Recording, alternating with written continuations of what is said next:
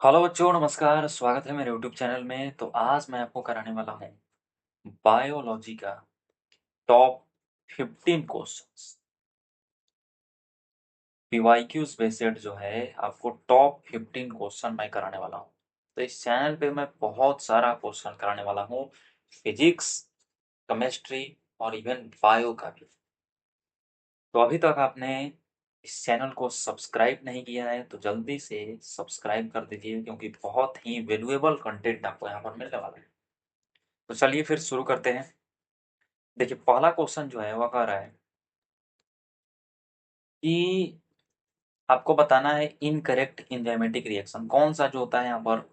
Enzymatic reaction जो होता है वो गलत है। देखिए, बहुत सारा जो होता है आपको यहाँ पर रिएक्शन दिया हुआ है, तो बोल रहा है कौन सा एंजाइमेटिक रिएक्शन जो होता है अभिक्रिया जो है वो गलत है। पहला को देखते हैं। पहला बोल रहा है कि माल्टोज जो है क्या माल्टेज एंजाइम के प्रेजेंस में ग्लूकोज और गैलेक्टोज में कन्वर्ट होता है। ये तो पहला ही गलत हो गया भाई। माल्टोज जो है ये माल्टेज एंजाइम की मदद में दो मॉलिक्यूल ग्लूकोज सा देता है, ग्लूकोज और ग्लूकोज में कन्वर्ट होता है ना। यहाँ पर गैलेक्टोज दे दिया है, गैलेक्टोज में कन्वर्ट नहीं होता है, तो पहला ही गलत है। दूसरा सही है ना। सुक्रोज जो है सुक्रेज एंजाइम या इन्वर्टेज एंजाइम भी आप इसको बोल सकते हैं। इसके प्रेजेंस में ग्लूकोज और फ्रुक्टोज में कन्वर्ट होता है, बिल्कुल सही है। ये नहीं होगा, हमसे गलत पूछ रहा है। लैक्टोज जो है लैक्टेज एंजाइम के प्रेजेंस में ग्लूकोज और गैलेक्टोज, बिल्कुल ये भी सही है, ये भी नहीं होगा। और डाई पेप्टिडेज जो होता है ये डाइपेप्टिडेजेज एंजाइम के प्रेजेंस में अमीनो एसिड बनाता है, ये भी सही है। ये तीनों सही है, पहला वाला जो है गलत है, तो करेक्ट ऑप्शन आपका हो जाएगा फर्स्ट वाला। चलिए आगे बढ़ते हैं। अगला जो हमारा क्वेश्चन है वो कह रहा है कि identify the micro organism which is responsible for the production of immunosuppressive agent cyclosporin A. Cyclosporin A जो होता है ये एक इम्यूनोसप्रेसिव एजेंट के रूप में इस्तेमाल करते हैं। ये बोल रहे हैं कि ये किस माइक्रो ऑर्गेनिज्म से निकाला जाता है, तो ये निकाला जाता है ट्राइकोडर्मा पॉलीस्पोरम से। क्या हो जाएगा? ट्राइकोडर्मा। वह सूक्ष्म जीव को पहचानिए जो प्रतिरक्षा, है ना, निरोधक अणु साइक्लोस्पिरिन ए के उत्पादन के लिए जो होता है रिस्पॉन्सिबल होता है, वह हो जाएगा ट्राइकोडर्मा पॉलीस्पोरम। बाकी जो आप देख रहे हैं यहाँ पर अस्परगिलस नाइगर, ये क्या करता है? अस्परगिलस नाइगर से आप साइट्रिक एसिड बना सकते हैं। यहाँ पर आप देख रहे हैं क्लोस्ट्रिडियम ब्यूटाइलम, इससे जो होता है ब्यूटायरिक एसिड को बनाया जाता है। इससे क्या बनाया जाता है? Butyric acid. और जो पहला देख रहे हैं ये स्ट्रिप्टोकोकस सेरेवाइसी, ये सेरेवाइसी नहीं होता है ना, स्ट्रिप्टोकोकस निमोनियाई होता है, बहुत सारा होता है। एक सैक्रोमाइसेट सेरेवाइसी होता है ना, सैक्रोमाइसेट, सैक्रोमाइसेट सेरेवाइसी, सैक्रोमाइसेट सेरेवाइसी से जो होता है इसको बोलते हैं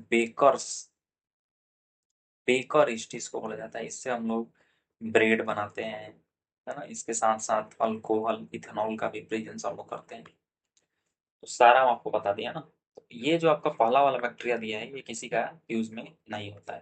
खैर, हमसे पूछ रहा था साइक्लोस्पिरिन है, तो ये ट्राइकोडर्मा पॉलियोस्पोरम नाम के बैक्टीरिया से इसको निकाला जाता है। नेक्स्ट जो क्वेश्चन है बहुत इंपॉर्टेंट है। डोप्सन यूनिट जो होता है यूज टू मेजर थिकनेस। डोप्सन इकाई जो होता है किसकी मोटाई मापने में किया जाता है? तो ओजोन लेयर का जो थिकनेस होता है कि ओजोन जो है कितना मोटा है कितना पतला हो गया है, उसको मेजर करने के लिए हम लोग डोप्सन यूनिट का इस्तेमाल करते हैं। बहुत इंपॉर्टेंट क्वेश्चन है। अगला क्वेश्चन है कि कौन सा जो होता है एसटीडीज, एसटीडी मतलब सेक्सुअली ट्रांसमिटेड डिजीज, ये पूरी तरीके से क्यूरेबल नहीं। कौन सा एसटीडी जो है वो पूरी तरीके से उपचार उसका नहीं हो सकता। तो तीन एसटीडी होता है जिसका पूरी तरीके से उपचार नहीं होता है, वो हो जाएगा जेनाइटल हॉप्स, हेपेटाइटिस बी और एचआईवी। करेक्ट ऑप्शन हो जाएगा बी। देखिए, जेनाइटल एक हॉप्स होता है एक वार्ड्स होता है। वार्ड्स का मतलब होता है मस्सा, तो मस्सा जो होता है वो ठीक हो जाता है ना। इससे आप याद रख सकते हैं, कंफ्यूजन अगर हो रहा है कि वार्ड्स होता है कि हॉप्स होता है, तो वार्ड्स का मतलब होता है मस्सा। मस्सा जो है आसानी से ठीक हो सकता है, लेकिन हॉप्स जो है ये एक एसटीडी है, जेनाइटल हॉप्स। ये भी जो होता है एसटीडी है, लेकिन आपको याद रखने का तरीका बता रहे हैं कि वार्ड्स मस्सा वाला ठीक हो जाएगा, लेकिन हॉप्स वाला जो होता है वो ठीक नहीं होता है। इसके साथ साथ हेपेटाइटिस भी और एचआईवी आपको पता है जिससे एड्स होता है, ये सब जो है कंप्लीटली क्यूरेबल नहीं है। बाकी सब जो है गोनोरोहिया, ट्राइकोमोनियासिस, इसके साथ और भी जो दिया है सिफिलिस, है ना, क्लेमाइडियास, ये सब जो होता है क्यूरेबल हो जाता है अगर अर्ली डायग्नोसिस सही से हो जाए तो। नेक्स्ट क्वेश्चन है कि डिसोल्यूशन ऑफ सिनेटोमियल कॉम्प्लेक्स। सिनेप्टोमियल कॉम्प्लेक्स जो होता है ये कब जो होता है विघटन होता है। तो देखिए बनता है ये जाइगोट इन स्टेज में, बनता है सिनेप्टोमियल कॉम्प्लेक्स जाइगोट इन स्टेज में, और जो डिसोल्यूशन होता है ये डिप्लोट इन स्टेज होता है। करेक्ट ऑप्शन हो जाएगा बी वाला। डबल फर्टिलाइजेशन, डबल फर्टिलाइजेशन क्या होता है? डबल फर्टिलाइजेशन ये प्लांट में होता है ना। क्या होता है कि जो दो मेल गेमेट जाता है, एक मेल गेमेट क्या करता है कि जब ये एक के साथ मिलता है तो यहाँ से बनाता है जाइगोट, और इसको बोलते हैं हम लोग सिनगैमी। और एक मेल गेमेट जो होता है ये जाके मिल जाता है पोलर न्यूक्लियाई के साथ और बनाता है एंडोस्पर्म, और इसको हम लोग बोलते हैं ट्रिपल फ्यूजन। तो डबल फर्टिलाइजेशन में दो चीज आता है, सिनगेमी और ट्रिपल फ्यूजन। चूंकि यहाँ पर दो बार जो होता है फ्यूजन हो रहा है मेल गेमेट का, एक बार एक के साथ और एक बार पोलर न्यूक्लिया के साथ, इसीलिए इसको बोलते हैं डबल फर्टिलाइजेशन। और ये जो डबल फर्टिलाइजेशन है ये एंजियोस्पर्म, एंजियोस्पर्म का जो होता है ये कैरेक्टरिस्टिक फीचर होता है। ये सिर्फ और सिर्फ किसमें होता है जी? एंजियोस्पर्मिक प्लांट में कैरेक्टरिस्टिक, कैरेक्टरिस्टिक फीचर होता है ना। करेक्ट ऑप्शन हो जाएगा सी। चलिए अगला क्वेश्चन जो है, which of the following cell organelles is present in highest number of secretory cell. एक वैसा कोशिका जो होता है बनाना है जो कि कोशिकांग अधिकतम संख्या में पाया जाता है, मतलब सेक्रेटरी सेल जो है जिसमें क्या होता है ज्यादा पाया जाता है। आपको पता है लाइसोजोम ना, लाइसोजोम को हम लोग सुसाइडल सेल के नाम से भी जानते हैं।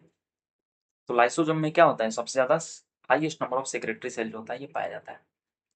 अगला क्वेश्चन है, कौन सा हार्मोन जो होता है ये रिस्पॉन्सिबल होता है बोथ, मतलब मिल्क इजेक्शन, मिल्क को इजेक्ट कराने के लिए और फीटल इजेक्शन के लिए। कौन सा जो होता है हार्मोन, मतलब मिल्क इजेक्शन के लिए और गर्भ उत्प्रेक्षण प्रतिवर्त दोनों के लिए जो होता है उत्तरदायी होता है। तो वो हो जाएगा ऑक्सीटोसिन। देखिए दूध जो है वो बनाने का काम प्रोलैक्टिन करता है, लेकिन उसको रिलीज कराने का काम जो होता है ये ऑक्सीटोसिन करता है ना। वैसे ही जब आ, बच्चा जो है फुली डेवलप हो जाता है तो वहां पर क्या होता है ऑक्सीटोसिन हार्मोन जो होता है वो लगातार निकलते जाता है, जिससे वाइल्ड वाइल्ड कंट्रैक्शन होता है और बच्चा जो है वो मतलब यूट्रस के थ्रू बाहर आ जाता है ना, विजाइना के थ्रू, या आप बोल सकते हैं कि बर्थ कैनाल के थ्रू। वाइल्ड जो है, वाइल्ड जो है कंट्रैक्शन होता है, और बर्थ कैनाल, बर्थ कैनाल आपको पता होना चाहिए, सर्विकल कैनाल और वेजाइनल कैनाल को मिला के जो होता है बर्थ कैनाल, इसी के थ्रू जो होता है बच्चा माँ की कोख से बाहर आता है ना। तो उसमें ऑक्सीटोसिन जो होता है ये मेजर रोल प्ले करता है। नेक्स्ट क्वेश्चन है कि स्वीट पोटैटो मतलब शकरकंद जो है इसका मॉडिफिकेशन है, रूपांतरण है। तो ये जो है स्वीट पोटैटो रूट का जो है मॉडिफिकेशन है, और कौन सा रूट, कौन सा रूट का मॉडिफिकेशन है? तो ये है एडवेंटिसस रूट का जो है मॉडिफिकेशन, है ना। अगर सिंपल पोटैटो रहता तो हो जाता है स्टीम, लेकिन शकरकंद है तो ये एडवेंटिसस रूट का जो होता है ये मॉडिफिकेशन है ना। यहाँ पर रूट जो है वो मॉडिफाई हो जा रहा है और वो खाना को स्टोर करना शुरू कर दे रहा है। अगला जो क्वेश्चन है वह है कि a decrease in blood pressure या volume will not cause the releases. रक्त दाब या आयतन में कमी के कारण किसका मोचन नहीं होता है? अगर मान लो ब्लड प्रेशर जो है हमारा, जो बीपी है या ब्लड वॉल्यूम जो है वो घट गया, तो उस समय बोल रहा है कि क्या नहीं निकलता है। तो जब ब्लड प्रेशर जो होता है, बीपी कम हो जाता है, तो तीन चीज आपको निकलता है, रेनिन निकलेगा, है ना, एडीएच एंटी डायूरेटिक हार्मोन निकलेगा, ऑल्डोस्टेरॉन निकलेगा। लेकिन जब ब्लड प्रेशर जो होता है वो ज्यादा होता है तो उसको कम करने के लिए एएनएफ, आर्टरियो नाइट्रिक यूरेटिक फैक्टर निकलता है ना। करेक्ट ऑप्शन हो जाएगा बी। तो ब्लड प्रेशर कम में जो है रेनिन एडीएच ये सब तो निकलेगा, लेकिन जब ब्लड प्रेशर कम रहेगा तो एएनएफ जो होता है, इसको शॉर्ट में एएनएफ बोला जाता है ना, हार्ट के वाल से निकलता है। हार्ट का जो आर्टरिया होता है उससे जो होता है ये सीक्रेट होता है। तो ये जो है जब ब्लड प्रेशर ज्यादा रहता है तब निकलता है, तो कम में ये नहीं निकलता है। नेक्स्ट क्वेश्चन है, कौन सा जो है फॉलोइंग सेट जो है डिजीज का ये बैक्टीरिया के द्वारा होता है? मतलब बहुत सारा हम लोग डिजीज पढ़ते हैं बैक्टीरिया के द्वारा, वायरस के द्वारा, प्रोटोजोअन के द्वारा, हेलमिंथेस के द्वारा। तो बैक्टीरिया के द्वारा कौन सा इसमें से डिजीज होता है? तो पहला ही हो जाएगा ना कि कोलरस, मतलब हैजा, और टेटनस जो होता है, ये दोनों क्या होता है? बैक्टीरिया के द्वारा जो होता है, जीवाणुओं के द्वारा होता है। दूसरा वाला देखो, टाइफाइड तो होता है बैक्टीरिया के द्वारा, लेकिन स्मॉल पॉक्स वायरस के द्वारा होता है, ये नहीं होता। दोनों जो है बैक्टीरिया के द्वारा होना चाहिए। टेटनस होता है, लेकिन मम्प्स जो होता है ये वायरस के द्वारा हो जाता है, तो ये भी नहीं हो जाएगा। हॉप्स जो होता है ये वायरस के द्वारा होता है, जबकि इन्फ्लुएंजा बैक्टीरिया के द्वारा होता है। तो एक वायरस है और एक बैक्टीरिया है, तो नहीं होगा। अगला क्वेश्चन है, ये भी बहुत अच्छा क्वेश्चन है, कौन सा जो होता है हार्मोन रिलीजिंग आईओडी है? आईओडी मतलब इंट्रा यूट्राइन डिवाइसेज है ना। ये हम लोग मेनली पॉल्यूशन को कंट्रोल करने के लिए इसका इस्तेमाल करते हैं, इंट्रा यूट्राइन डिवाइसेज है ना। अगर कोई लेडी जो है चाहती है कि एक बच्चा हो गया है और दूसरे बच्चा में जो है गैप हो, तो सबसे फेमस जो होता है इंडिया में जो होता है यही होता है इंट्रा यूट्राइन डिवाइसेज। तो ये तीन प्रकार का होता है, एक होता है, ये तीन प्रकार का होता है ना, एक होता है नॉन मेडिएटेड आईओडी। इसका एग्जांपल हो जाता है ये वाला लाइकस्टोन। इसका एग्जांपल क्या हो जाता है? लाइकस्टोन। दूसरा होता है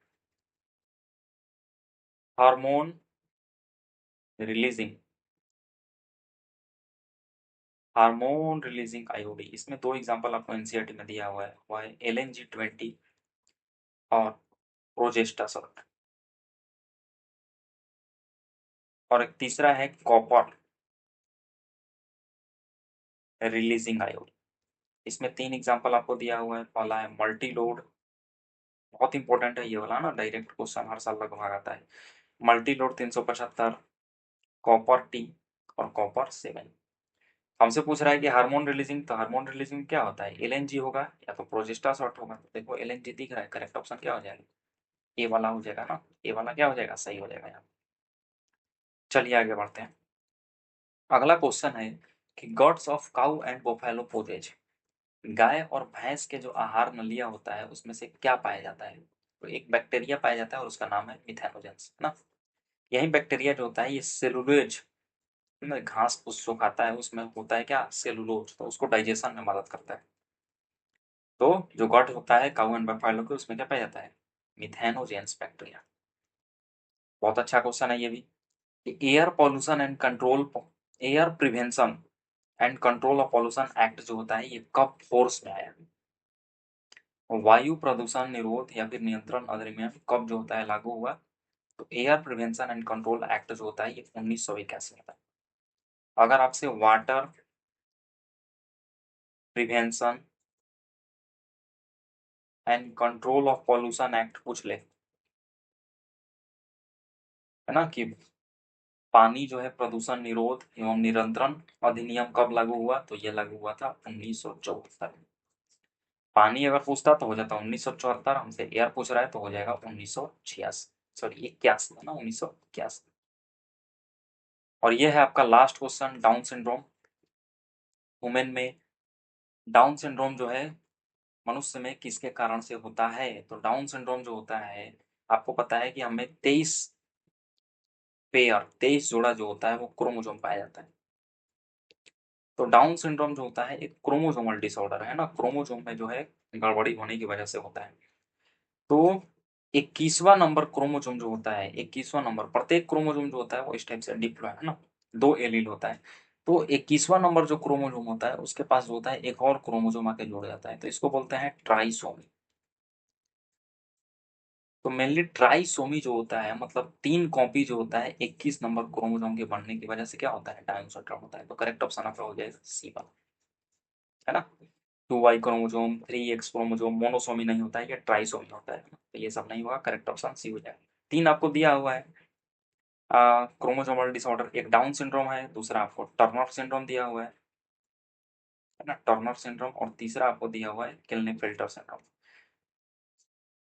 तो डाउन सिंड्रोम जो होता है ये ट्राइसोमी हो जाता है 21 क्रोमोसोम का। तो ये रहा आपका पीवाईक्यूज बेस्ड बहुत ही जबरदस्त क्वेश्चन, बायोलॉजी का 15 क्वेश्चन। तो अगर आपको वीडियो अच्छा लगा हो तो लाइक कीजिए, सब्सक्राइब कीजिए, शेयर कीजिए और पढ़ते रहिए, क्योंकि बहुत ही कम समय बच गया है। तो जितना हो सके आप इन कम दिनों में अपने आप को मोटिवेट करके थोड़ा सा पढ़ाई कर लीजिए। तो मिलते हैं अगले वीडियो में, that's all. Thank you so much.